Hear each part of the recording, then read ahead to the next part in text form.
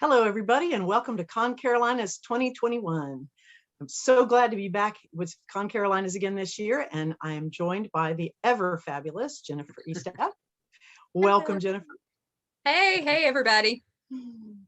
It's so great to be able to have this medium so that even if we can't be there in person, we can contribute and be part of everything.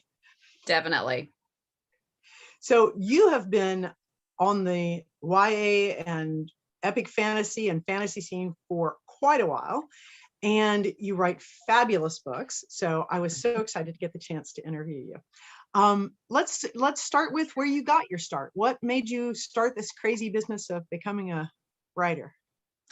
Well, I always tell people that probably one of my biggest inspirations was my mom, who used to take me to our little local library every Saturday when I was a kid. So that's how I fell in love with books and reading in the first place. And as I got older, I started thinking about, I want to write my own books and, tell the stories that I wanted to tell. So, when I started college, I was majoring in English and journalism. And one summer during college, I wrote a very, very, very bad epic fantasy book that will never see the light of day. It was terrible. But I kind of got bitten by the writing bug, and I wrote another book and another book and another book. And so I wrote 7 books over the course of about 7 years. I wrote like a YA and a cozy murder mystery and, a couple of different genres. And then finally in 2006, probably after about 400 or 500 rejections, I finally got an agent for Karma Girl, which is the first book in my big time superhero series. And that one came out in 2007, and that was my first published book.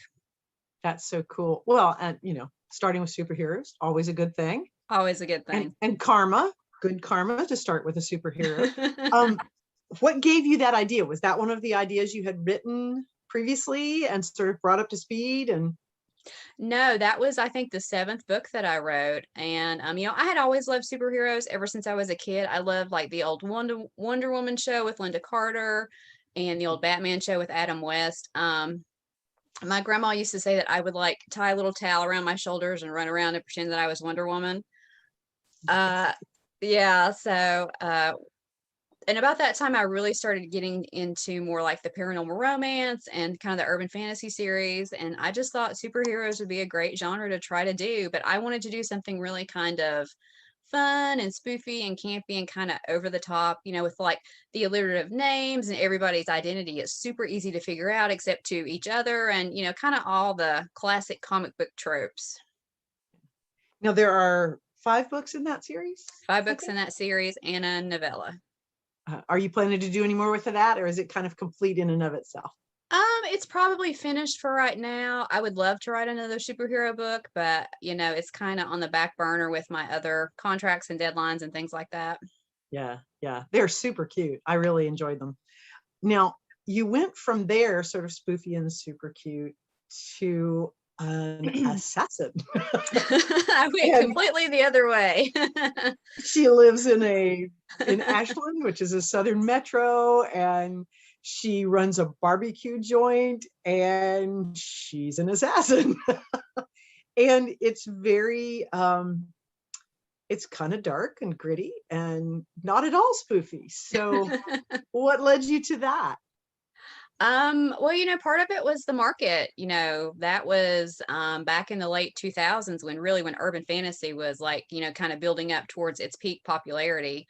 And I had been reading things by like Kim Harrison and, other urban fantasy authors. And then the big time series, I think my publisher declined the option for any more in that series. So it was kind of over. And I was thinking about what else I wanted to write. And, another thing that I had always really liked besides superheroes was assassins.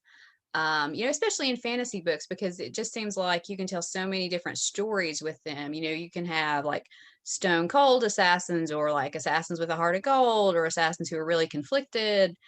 And I thought, I'm going to do an assassin story and make it where the main character is just this kick butt heroine and she's okay with being the bad guy.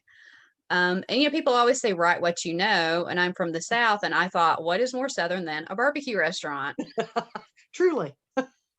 And I had actually, in the cozy murder mystery that I had written that never got published, I had one of the set pieces in that was a barbecue restaurant. So I kind of took it out of the cozy murder mystery and, kind of updated it for the Elemental Assassin series. That's so cool. Yeah. And she is very much her own person, very much, like you said, has her own sort of code of ethics and morals.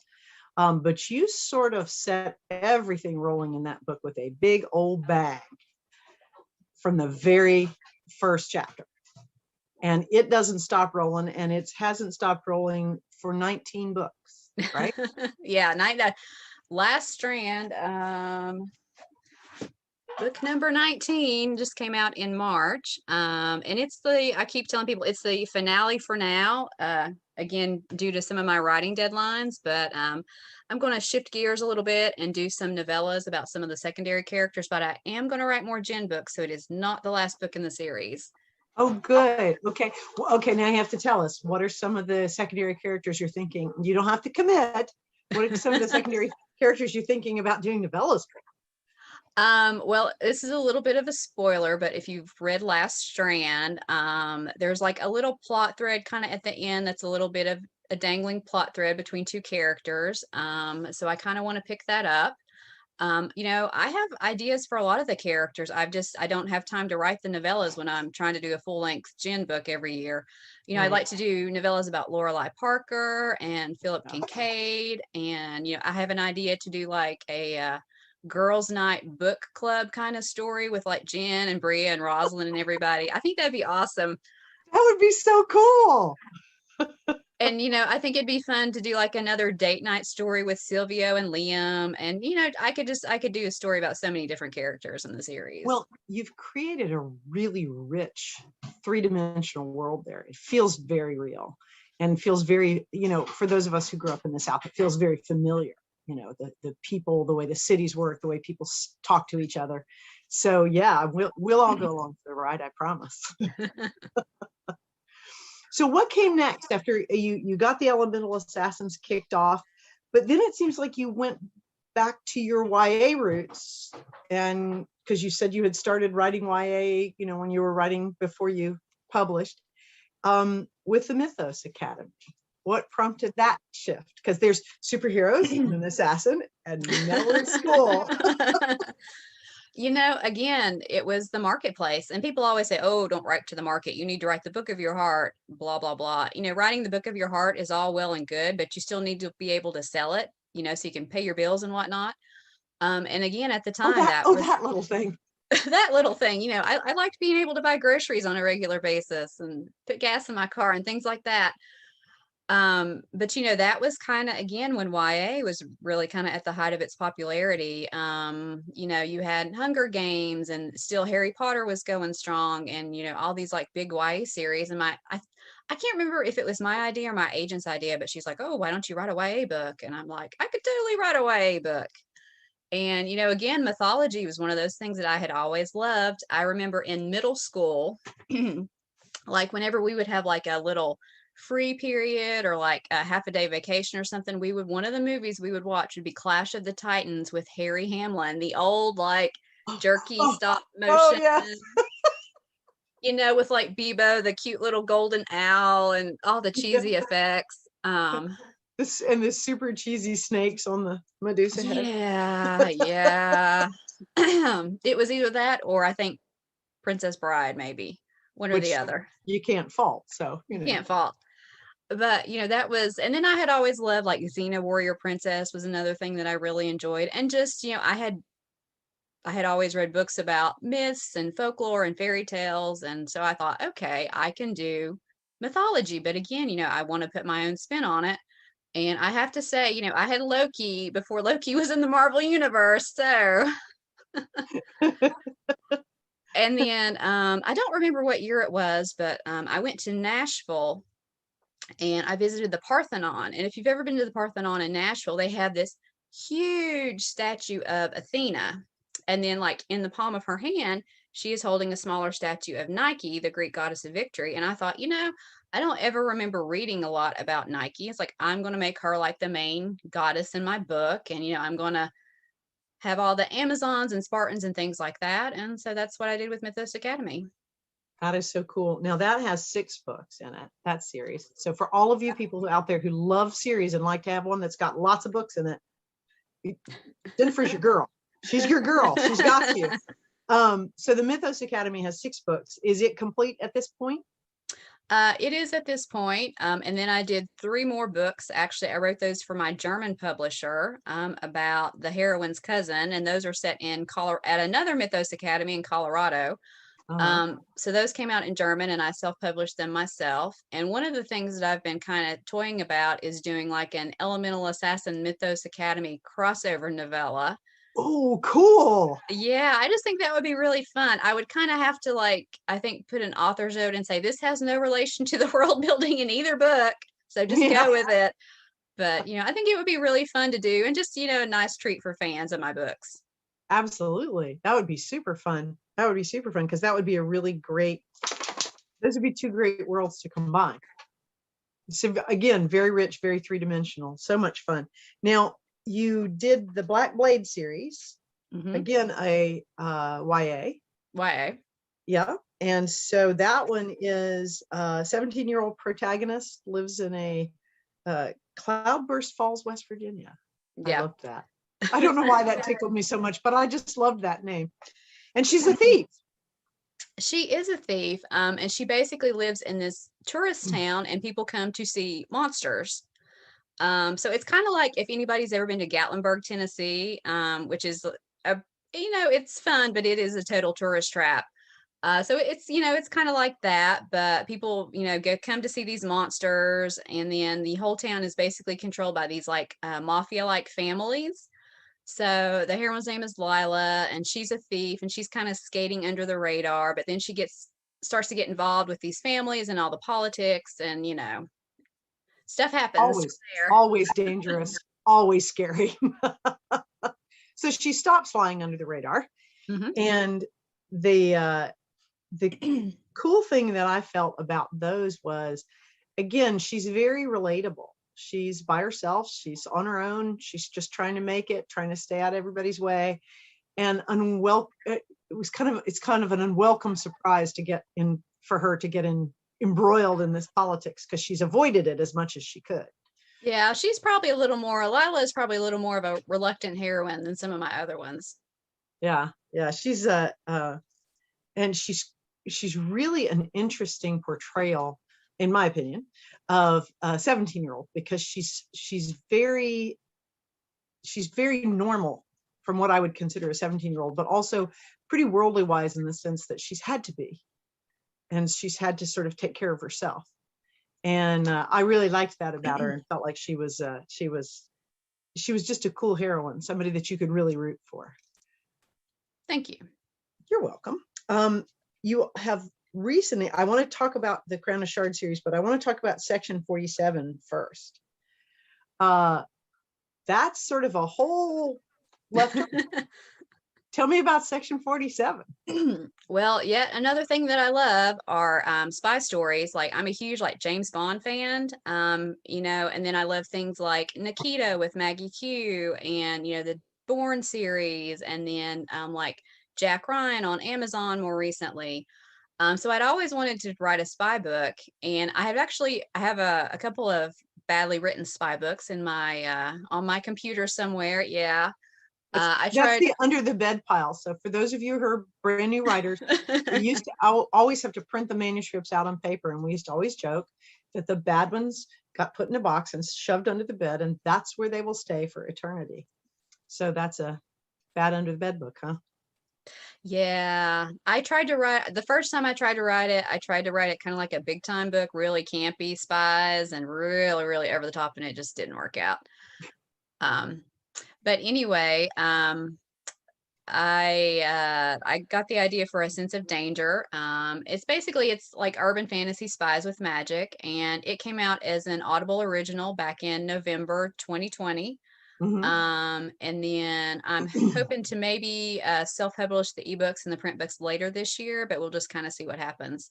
But in that one, you kind of have the heroine's name is Charlotte, and she's kind of a Jack Ryan character, kind of an analyst who sits in her cubicle and like tracks bad guys over the internet. And then again, she gets kind of embroiled in this situation, and she has to team up with basically an assassin, and they have to figure out, who wants them both dead and why. And that one is a little different because most of my books are first person from the heroine's point of view, but in A Sense of Danger, I do the heroine's and the hero's point of view. So you kind of get, both of their perspectives as the story goes along. What is it about first person that you really, that works for you as a writer? I think it's just much more intimate. I've tried to write in third person, but it kind of feels like more like I'm watching a TV show or a movie or something like that. Whereas in first person, I'm more in the action with the characters, more feeling what they're feeling and experiencing what they're experiencing. And, I think it's kind of interesting. First person books can often kind of get a bad rap. A couple of months ago, somebody left a comment on my Facebook page that they were waiting for my writing to mature. And basically for me to stop writing first person and start writing third person. And I'm like, my writing's plenty mature enough. I don't understand that. If you don't like it, go read some literary fiction. Yeah, which is dark and depressing and where everybody dies at the end. Exactly. My least favorite. Mine too. But it's just first person. It's just the perspective and the voice that really just sings to me. I think that's so important to sort of get that groove for yourself as a writer, is to find that way that works for you. And that's the thing, first person isn't better than third person, isn't better than like second person omnipotent or, any of the other perspectives. Like you said, it's just what works best for you as a writer. Yeah. So talk to me about, to all of us, I guess, about where did the idea come from for the Crown of Shards series and Kill the Queen? So this is Kill the Queen. It's a great cover, by the way. Fabulous cover. This is the cover was done by Tony Moreau. I hope I'm saying his last name right. He also does the cover for my Elemental Assassin series. He does a lot of fabulous covers. Yeah. Again, epic fantasy. It's something that I've always loved. And like I said, the very first book that I ever wrote was epic fantasy. And I wrote a couple of different epic fantasies after that again are, under the bed and will never see the light of day. And again, it was kind of, the marketplace, urban fantasy is kind of, I don't want to say dead, but kind of in a downward spiral right now. Mm-hmm. And, when I was thinking about, gosh, this was back in 2016 or 2017, I guess, I was talking with my agent about what to write next. And again, that's when Game of Thrones was kind of at the height of its popularity. Right. And I thought, why don't I try to write an epic fantasy book? And then I had this idea. I was thinking, okay, what kind of a world can I do with an epic fantasy book? I started thinking about, sort of what my strengths are as a writer and what I like to do. And it's like, I like first person, I like a kick butt heroine, I like a lot of action, and I like to write about food. So I thought, what kind of, a world or a profession or whatever would let me kind of incorporate all those things. And then one day it was just like, oh, Gladiators meets Game of Thrones with a kick butt heroine. And that was kind of like the nugget of Kill the Queen. It is amazing though. You started a feast. The book opens sort of opens with a little bit of her perspective and what her regular life is like. And then there's a feast. Yep. And then all sorts of shit bad happens. Yeah. And, I've seen some comments and reviews talking about, I was like, oh, the first 100 pages are so slow or whatever. And I'm like, it's a fantasy book. I was like, you have to do your world building. And it's like, you have to put all your little, chess pieces on the board, and then you can just knock them all down in the rest of the book, which is what I like to do. So, well, yeah. I would have to disagree with that. I did not find it slow at all. I found it intriguing, and the world building, I kept thinking, we're coming back to this. This is important. We're coming back to this at some point. So I'm paying attention because you're focusing on this. So we're coming back to it. I know we are. And sure enough, we do. It's interesting though, because she is a completely different character than Jen. Mm-hmm. She has some skills that Jen has because she has, like all in her class in this world, she is she has some training in swordsmanship. She has some training in self-defense because, you know, she's in the royal family, but she's sort of the neglected cousin, kind of, you know, redheaded stepchild sort of thing.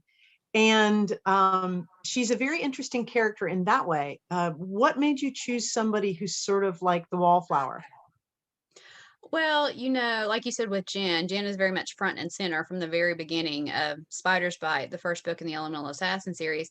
And like you said, I wanted to do more of like a wallflower character, you know, someone who is like on the fringes of this world, who's part of it, but she doesn't really have any power or position or money or respect in this world. You know, how does somebody like that survive? You know, especially in a medieval type of fantasy world where you have all these like cutthroat politics and magic and, you know, danger around every corner. I thought, okay, it's like I want to have this character who is, like you said, on the sidelines, and then I want to just like completely destroy her world and see what happens.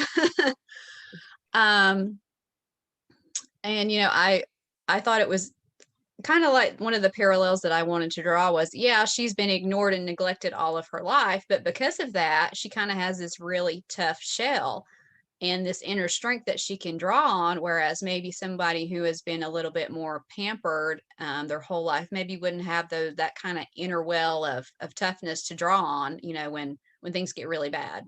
Right. Well, and because she's sort of been in the sidelined and neglected, she knows the ins and outs. She's watched because she has to pay attention to make sure she can keep her balance and keep her place. She knows who not to offend, and she knows who's sort of plotting over here, and she also knows her way around in a way that someone who's very you know, princessy and spoiled wouldn't. She knows how to get to the kitchen. She knows how to get to the workshops. She knows how to get to places where she could get out. Which I found her combination of having to be in this sort of upper level position and comport herself as a member of the royal household. It's kind of like the historicals where you've got the governess who's been very, very well raised, but is not exactly a member of the household, not quite. Doesn't have any money, doesn't have any prospects, is just kind of there, like you said, just kind of a wallflower, part of the castle. Yeah. So when we meet her, she's a wallflower and she's sort of doing her thing that she's been assigned to do. And then the world really changes. There's a complete regime change, as the title says. Somebody kills the queen. Yep. And a whole lot of other people too. You know, that's kind of the interesting thing. Sometimes I will get comments about, oh, there's too much sex or, you know, bad language in your books or whatever. I never get any comments about the violence, like never. And like, I was kind of worried because, you know, the first 100 pages of Kill the Queen, you know, it's pretty violent. And, It's you know, a bloodbath. Yeah. Yeah. And I kept thinking, you know, I'm going to get all these like nasty emails. People are going to say it's way too violent. And it was just like crickets. Like nobody says anything about the violence. Like, okay. Well, I have to say, you know, I think people comment most when the violence feels gratuitous. And I mean, there are several books that I've read where there are literally a few that I have, and I'm a gun girl, action girl. I write romantic suspense and paranormal romantic suspense, and I blow stuff up all the time. But there have been a few that I have thought, this is just violence from the get-go for its own sake, and it's gratuitous, and I'm not going to read this. I was absolutely riveted from the moment you could sense the stirrings in the story of there was a plot afoot, because you lead us into it with that sort of look over your shoulder. The character has that sort of look over her shoulder. She can feel and sense that there's something brewing, but she can't figure out what. And then, as we said, bloodbath. But it was so well motivated and so integral to what was going to happen next. As it rolled out, I was going, oh, and so it was really, I thought, incredibly well done, and sets her up for not only a little bit of PTSD, but for where she goes next. And that first book really revolves around her finding her footing in this brand new world for her, because she's no longer a member of the household. The household doesn't exist anymore. She has to hide. And so you set that up brilliantly for the middle book. Thank you. And you have a copy of that one too? I do have I have got the whole trilogy here. I mean, awesome. You can show it. I didn't bring it. Okay, book 2 is Protect the Prince, which again was something I didn't expect. I didn't see that one coming. I didn't know that you were going to go that direction. So I thoroughly loved the book. And this one, tell us a little bit more about this one. Okay, so probably some spoilers ahead. So if you haven't read Kill the Queen, just kind of take it with a grain of salt. But in Protect the Prince, my heroine Evie, she did what the title said in the first book. She killed the queen, and now she's the queen basically of this gladiator kingdom. And then book 2 is much more about politics with the other kingdoms. She's trying to shore up alliances. And so she travels to a neighboring kingdom to kind of deal with the aftermath of the massacre that happens in the first book. And the king is basically like, okay, well then you need to marry my son. And she's like, but I'm in love with your other son, and how's that going to work? And so it's just a lot of book 2 is a little bit heavier on the romance and the personal angst, I would say. Yeah, but it was a very skillful, to me, a skillful weaving of the logical outcomes of book 1. I mean, it's the politics, it's the rebalancing all of the alliances, because you kind of blew up the whole kingdom in the first book. So now we got to settle things down. We got to under new management. Yeah. How do we manage all of that? And I thought it was great fun. And then the third book, you sort of come back to the beginning. Yeah, you can show the cover there. Yes, the third book is Crush the King, and it came out last year, and it is the third book in the trilogy, so it's the conclusion to Evie's story. And yeah, I kind of came full circle in a way. Yeah, so now she has to defend her kingdom, not only politically, but physically. And you really tie up all of the threads that you began in the first 2 books, and you bring it to a conclusion that is both satisfying and surprising. And I'm not going to give any spoilers, but it's surprising and clever. And you introduce some new characters, and who I hope we will see more of. And it's a very action-packed. All 3 books are seriously action-packed, page-turning. I stayed up half the night for, I think it was Kill the Queen. And then I was like, okay, where's the next one?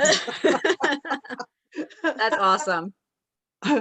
Now you've got a new book in that same world that's coming out in July. And tell us a little bit about Crown of Sharks. The book is called Capture the Crown. Capture the Crown. Excuse me. Capture the Crown. No, it's fine. It's set in the Crown of Sharks world, but it's a different heroine. And basically it's set about 16 years after the events of Kill the Queen. And if you go back to Kill the Queen, there's a young girl in the book. Her name is Gemma Ripley. And she is one of the few people that basically survives the massacre along with Evie. So Gemma has a lot of PTSD, excuse me. And so when Capture the Crown opens, Gemma is all grown up, she's in her late 20s now. And she has kind of crafted this persona of being a very pampered and spoiled princess, when really she goes on all these different spy missions. And of course the book, she has a gargoyle. His name is Grimly. He likes to take naps more than anything else. So you did get a spy book. Well, kind of, yeah. Like I said, it's just, I love spy stories. So she's like a princess spy, kind of like Princess Leia, I guess, in a way. And so there's another plot afoot that this time is threatening Gemma's kingdom. So she kind of has to figure it out. And of course, she runs across somebody from her past who I will not name now. But if you've read the first trilogy, I think you'll figure out who like her love interest is going to be. Cool. Now that one is coming out, I think you said July, correct? July 6th. July 6th. Excellent. So we will have that to look forward to. Now, what else is afoot for you? I mean, obviously you're going back and forth between 3 different series. Are you going to do another story with Gemma? Are you going to do another trilogy with the Capture the Crown part? Are you going to do another trilogy, or are you going to mix it up? Well, right now, Gemma's story is a trilogy. Actually, just literally today, I got revisions on the second book, and it will be called Tear Down the Throne. And right now, it is set to come out in May 2022. And then I think the third book will probably be out in 2023, but it just kind of depends. And then again, in Capture the Crown, I introduced another female character, and I'm hoping to do another trilogy about her, but we'll see what happens. That'd be great. That'd be super great. I think I know who you're talking about, and that would be really fun. Well, let's talk a little bit about, shift gears a little bit and talk about your writing process. What, you wrote a lot of books, you said, that will never see the light of day. Those were our, a lot of us write those starter books, and we get to the end of it and start the next one and look back at the first one and go, oh yeah, I didn't know very much, did I? And then you get to the end of the next one, you look back at those 2 and you go, ooh, maybe I need to take a class. So, what was your sort of process through that? And then what is your process now? Well, when I was first starting out, like I said, I wrote the very bad first epic fantasy book. I was like trying to do like a total Lord of the Rings kind of a thing. And it just, I mean, there were parts of it that I could probably go back and salvage, but nah, I might publish it one day as like, this is what not to do. Because I remember all the stuff here, don't do that. Yeah, like put little notes in. It's like, this is terrible, this is horrible, what was I thinking? That kind of a thing. I think it was like super, super long too, like maybe 150,000 words or something. Oh my. Yeah, I would have to go back and look for sure. But with every one of those starter books that I wrote, I think I got a little bit better because I learned a little bit more about writing. And of course, I was still reading books the whole time too. So the second epic fantasy book that I wrote, I thought was a lot better. And then I think I wrote the YA fairy tale, and then maybe the cozy mystery and some other stuff. I don't remember exactly. And then the whole time, of course, I would like write one book and start submitting it to editors and agents. And, this was back in the 2000s when, you would have to like write actual letters and send actual chapter pages, and you would get form rejection letters in the mail. And like I said, I got about probably 400 or 500 different rejection letters over the course of about 7 years with the 7 different books. But the longer that I wrote and the more books that I wrote, the rejection letters started getting like better, so to speak. Yeah. There's that wonderful phrase, it was a good rejection. Yeah. Where they say, I liked your voice. I liked the idea of this story, but the execution wasn't there. What else you got? Yeah. That's the kind of rejection you want to get. And I could tell, that I was getting closer and closer with every book. So I just kept going. And then I guess, since I've been published since 2007, and I've been writing full time since, I want to say late 2010, early 2011.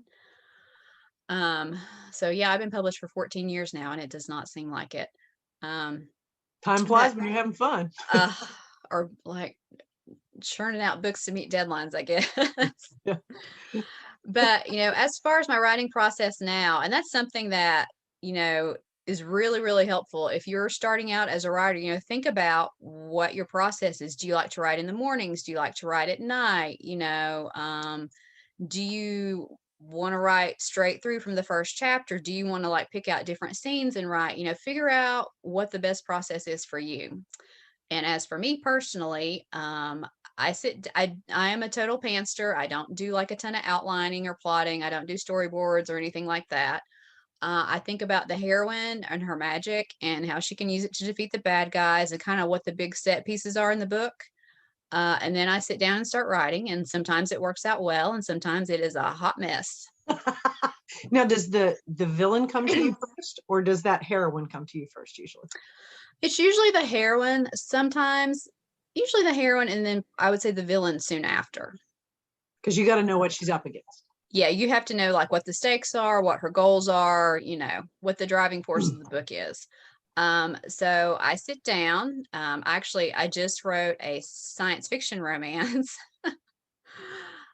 which was I wanted to do something a little bit different. So we'll see if anything happens with that one or not. But anyway, I sit down. I try to write about 5,000 or 6,000 words a day, every single day till I get the draft done. I call it my vomit draft. A lot of people call it that because I just write. I don't go back and edit. I don't revise. I just get the words down. And that usually takes me about 3 weeks. And for me, it's just a way to kind of get the scenes and the characters and the plot down. And then I can go back and see, okay, how much of a hot mess is this? And what do I have to work with? Yeah.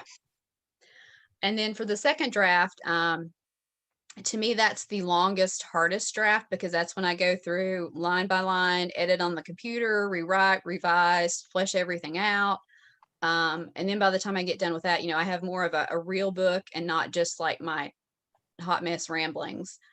And that takes quite a bit longer. I'd say maybe like about 6 weeks on average, especially for one of the epic fantasy books because they're so long. They're so long, yeah.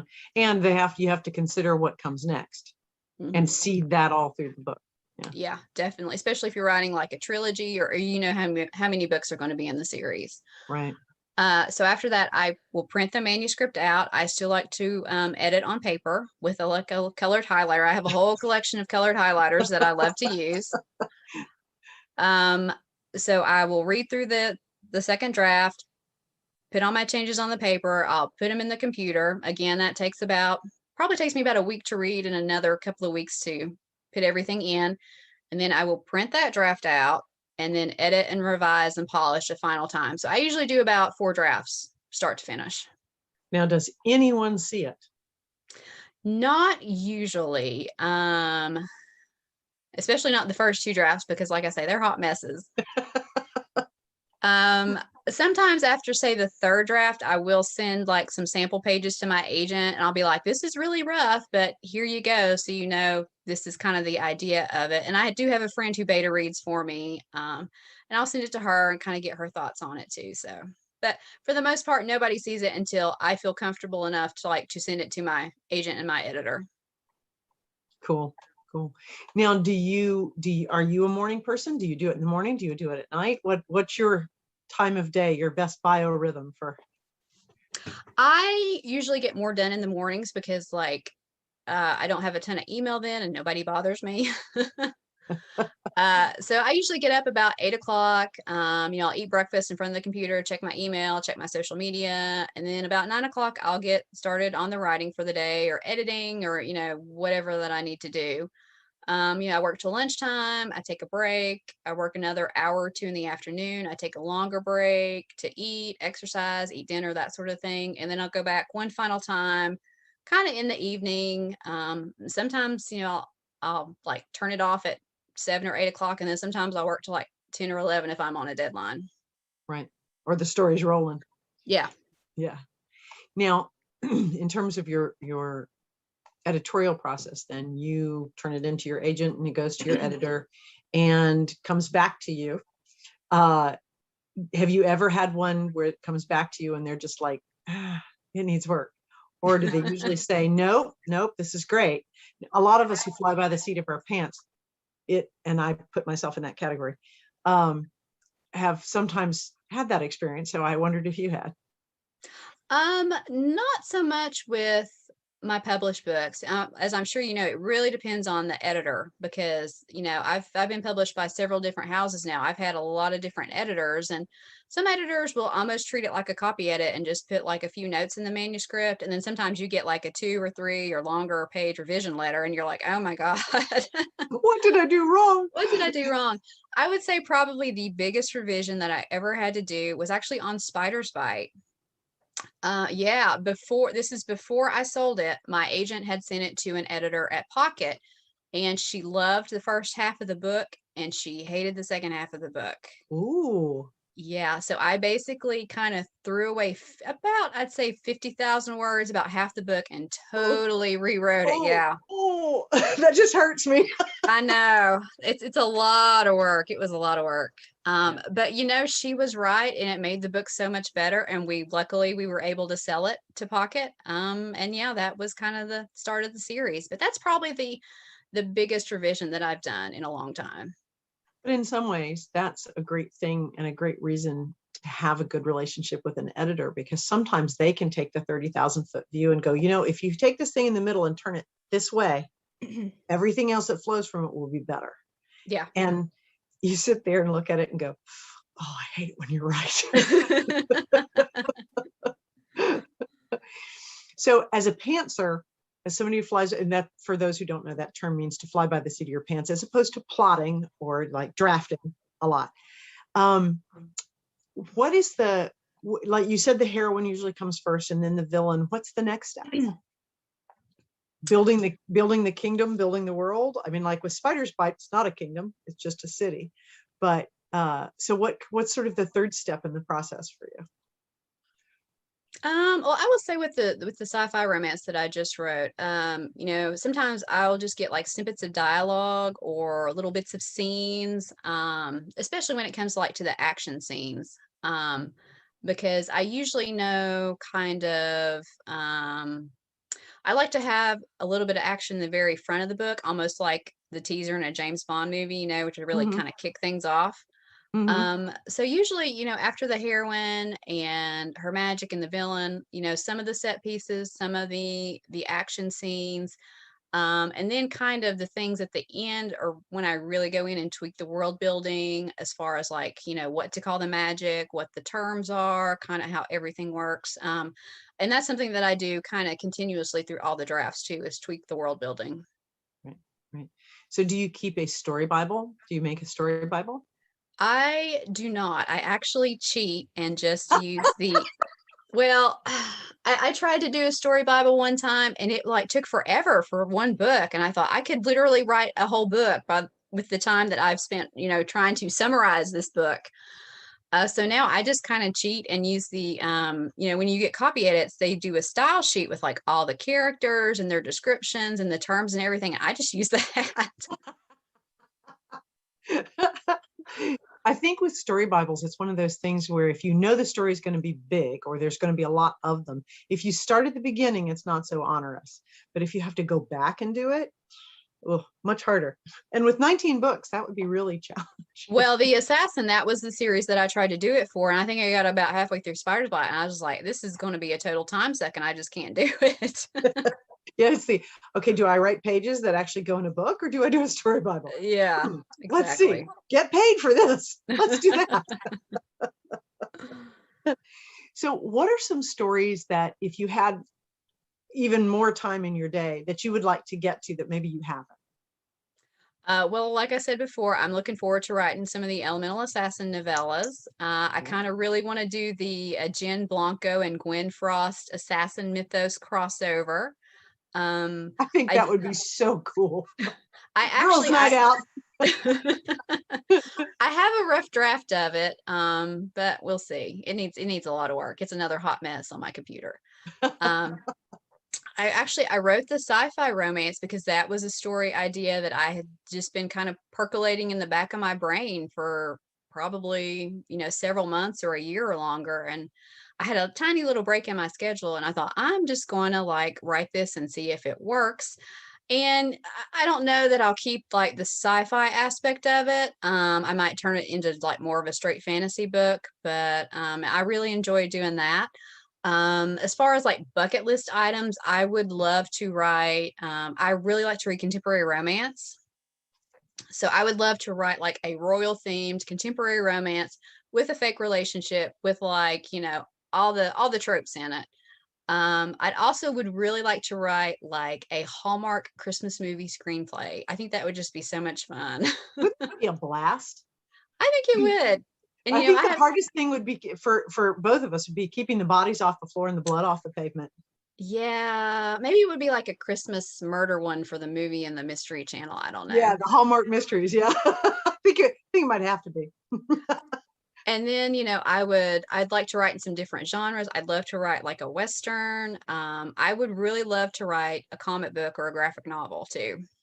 Yeah, yeah, that's a great market. It's a great market, and to see the story play out visually would be so much fun. I think it'd be really cool. I think it'd be really challenging to try to condense a story down to only, you know, a couple of panels a page. Yeah, that's what intimidates me about it is the thought of trying to. I tend to write long and then have to cut. So the idea of having to condense it even further is really somewhat challenging. So tell us about how you see your writing career progressing. I mean, obviously, we want to see lots more books from you and all these things. I'm sure that you're going to continue to do Jen and the trilogies that you've talked about. Anything else you want to explore that you'd like to share? Um, like I said, you know, I wrote the sci-fi romance. I'll be interested to see what happens with that. Fingers crossed. We'll keep an eye out. I also would really like to write a romantic suspense too. Although I keep thinking, but like if there's not magic, how can I like make stuff happen that would be somewhat realistic in the real world? And I'm like, need to think about that some more. You know, just like I said before, there's several genres I'd like to explore, like the Western and, you know, the suspense and all that. So, yeah, you know, sometimes I'll see a book or read a really good book and think it's like, man, it's like I want to write something like that.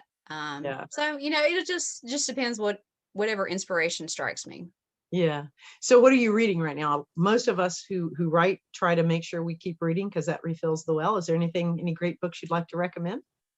I just finished Navigating the Stars by Maria V. Schneider. It's a young Yeah. adult sci-fi book. I really enjoyed it. The world building is really interesting because the heroine basically travels from planet to planet looking for terracotta warriors like the ones made in China. And they're trying to Oh, figure out, cool. did aliens make them or, you know, who put all these different warriors on these different planets? I really enjoyed it. Oh, cool. And then, of course, I have like a ton of books on my TBR pile. Yeah. Oh gosh, I started I'm calling it the TBR mountain at this point. mountain, continent, you know. That's great. Well, we're about to the end of our time. So I would love to have you tell all of our audience at Concarolinas where we can find you on the web. If you've got a con schedule coming up, tell us about that too. I don't know that I'll be doing any in-person cons this year. It kind of just depends, you know, with Yeah. everything that's going on. If I do decide to do some in-person cons, I'll post that on my social media. But I'm really hoping that next year, especially like next spring, to get back to in-person events. I'm really looking forward to that because I miss cons. And then people can find me online at jenniferestep.com. And you can also follow me on Facebook, Twitter, and Instagram. That's where I am most of the time. And then you can also follow me on Amazon, BookBub, and Goodreads. Most excellent. Well, thank you everybody for joining us for this wonderful interview with Jennifer Estep at Concarolinas. Thank you guys.